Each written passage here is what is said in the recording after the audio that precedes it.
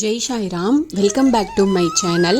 இன்னைக்கு இந்த பதிவில் ஒரு முக்கியமான எளிமையான முருகப்பெருமானுக்குரிய வழிபாடும் அதுக்குரிய பரிகாரமும் இந்த பதிவில் நான் ஷேர் பண்ணுறேன்.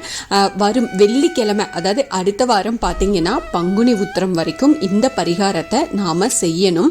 நம்ம எவ்வளவு தூரம் நம்ம ரொம்ப தூரம் செல்லணும், அன்றாட வாழ்க்கையில் நிம்மதி கிடைக்காதனால போதும்னு நினைக்கிறவங்க இந்த பரிகாரத்தை செய்யலாம்.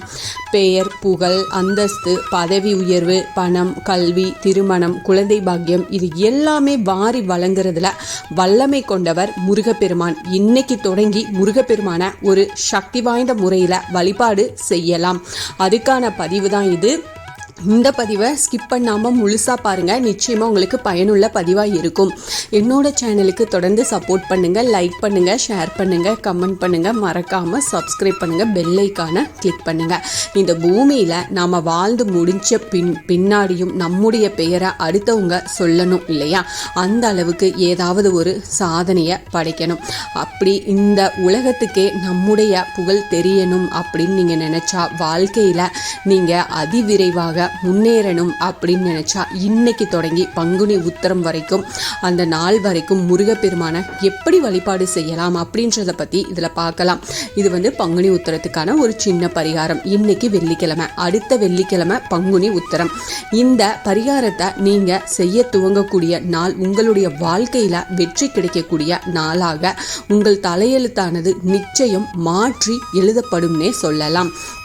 உங்கள் தலையெழுத்தை மாற்றப்போகும் சக்தி வாய்ந்த இந்த வழிபாட்டை, இதை பற்றிய விரிவான தகவலை நாம் இந்த பதிவில் பார்க்கலாம்.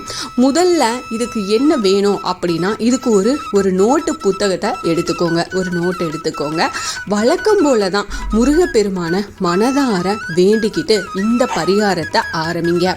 பூஜை அறையில் விளக்கேற்றி வச்சு முருகரை நோக்கி இந்த நோட்டு புத்தகத்தில் முதல்ல ஓம் சரவணபவ அப்படின்னு எழுதுங்க.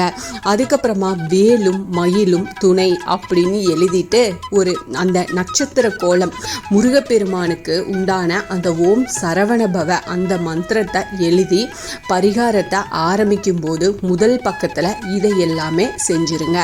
இது அந்த நீங்கள் பரிகாரம் செய்ய போகிற நோட்டில் முதல் பக்கத்தில் இதை செய்யுங்க.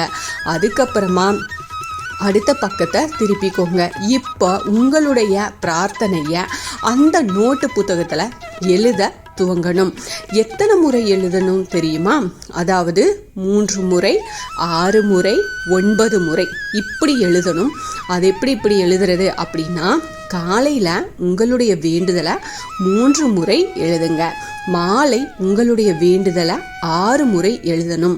இரவு தூங்குறதுக்கு போகிறதுக்கு முன்னாடி 9 முறை உங்களுடைய வேண்டுதலை அந்த நோட்டு புத்தகத்தில் எழுதுங்க. இவ்வளவுதான் இந்த பரிகாரம். நீங்கள் எந்த இடத்துல இருந்தாலும், எந்த சூழ்நிலையில் இருந்தாலும் கையில் அந்த நோட்டு புத்தகத்தை உங்கள் கூடையே வச்சுக்கிட்டு இந்த வேண்டுதலை எழுத மட்டும் மறக்காதீங்க. பரிகாரத்தை துவங்கக்கூடிய முதல் நாள் மட்டும் முதல் பக்கத்தில் நட்சத்திர கோலம் வரைஞ்சி வேலும் மயிலும் துணை அப்படின்னு எழுதி சரவணபவ மந்திரத்தை எழுதுனா போதும். அடுத்தடுத்த நாட்களில் உங்களுடைய கோரிக்கையை மட்டும் அடுத்தடுத்த பக்கத்தில் நீங்கள் அந்த நோட்டு புத்தகத்தில் எழுதிக்கிட்டே வாங்க. முருகரை மனதில் நிறுத்தி என்ன வேண்டுதல் வச்சாலும் தவறு கிடையாது. ஆனால் நியாயமான வேண்டுதலாக இருக்கணும். ஒரே ஒரு வேண்டுதலை தான் அந்த நோட்டு புத்தகத்தில் எழுதலும். நிறைய கோரிக்கைகளை போட்டு குழப்பிக்க கூடாது. வேண்டுதல் ஒரு கோரிக்கைக்காக மட்டும் இருக்கணும். நல்ல வாழ்க்கை துணை அமையணும், இல்லைனா திருமணம் நடக்கணும், கடன் சுமை பிரச்சனை இருக்கிறவங்க அதுக்கு எழுதுங்க. வீடு கட்டணும், வேலையில் ஜெயிக்கணும், வியாபாரத்தில் நல்லபடியாக வரணும். இப்படி ஒரு வரியில் உங்களுடைய பிரார்த்தனையை எழுதினாலே போதுமானது. நீங்கள் என்ன பிரார்த்தனையை அந்த நோட்டு புத்தகத்தில் எழுதுறீங்களோ அது பங்குனி உத்திரம் வரக்கூடிய நாளில் நிச்சயமாக பலிக்கும் அப்படிங்கிறதான் இந்த பரிகாரத்துக்கு பின்னாடி மறைஞ்சிருக்கிற ஒரு உண்மை, ஒரு நம்பிக்கை. ஆத்மார்த்தமாக இதை செய்யணும். நம்பிக்கை இல்லாமல் செய்யாதீங்க. நிச்சயமாக பரிகாரம் பலன் தராது. சரி, பங்குனி உத்திரம் எந்த நாளில் வருது அப்படின்னா, இன்னைக்கு வெள்ளிக்கிழமை வரக்கூடிய வரக்கூடிய வெள்ளிக்கிழமையில் ஏப்ரல் மாதம் 11ஆம் தேதி 2025 பங்குனி உத்தர நாள் வருது. வெள்ளிக்கிழமை அன்னைக்கு வரக்கூடிய இந்த பங்குனி உத்தரத்துக்கு பல மடங்கு சிறப்பு இருக்குன்னே சொல்லலாம். இந்த நாளை தவற விடாதீங்க. நிச்சயம் ஒரே வாரத்தில் உங்களுடைய ஆசை நிறைவேற இது உங்களுக்கு ஒரு நல்ல வாய்ப்புன்னே சொல்லலாம். அதனால உங்களுக்கு என்ன பிரார்த்தனை இருக்கோ நம்பிக்கையோட முருகப்பெருமான் கிட்ட உங்கள் கோரிக்கையை வச்சு ஒரு தீபம் ஏற்றி வச்சு அந்த பிரார்த்தனையை நீங்கள் எழுதிட்டே வாங்க. இதை விட எளிமையான பரிகாரம் இருக்கா அப்படின்னா இல்லை. இது ரொம்ப ரொம்ப எளிமையான பரிகாரம். நீங்கள் கண்டிப்பாக எந்த இடத்துல இருந்தாலும் இதை செய்யலாம். இந்த பதிவு உங்களுக்கு பயனுள்ள பதிவாக இருக்கும் அப்படின்னு நான் நம்புகிறேன். இதில் ஏதாவது சந்தேகம் இருக்குது அப்படின்னா எனக்கு கமெண்ட்டில் கேளுங்க, நான் பதில் சொல்கிறேன். என்னோட சேனலுக்கு தொடர்ந்து சப்போர்ட் பண்ணுங்கள், லைக் பண்ணுங்கள், ஷேர் பண்ணுங்கள், கமெண்ட் பண்ணுங்கள், மறக்காமல் சப்ஸ்கிரைப் பண்ணுங்கள், பெல் ஐக்கானை கிளிக் பண்ணுங்கள். இது போல் ஆன்மீக பதிவுகள் எனக்கு தெரிஞ்ச எல்லாத்தையும் உங்ககிட்ட நான் ஷேர் பண்ணுறேன். Thank you friends. மீண்டும் அடுத்த பதிவில் சந்திப்போம்.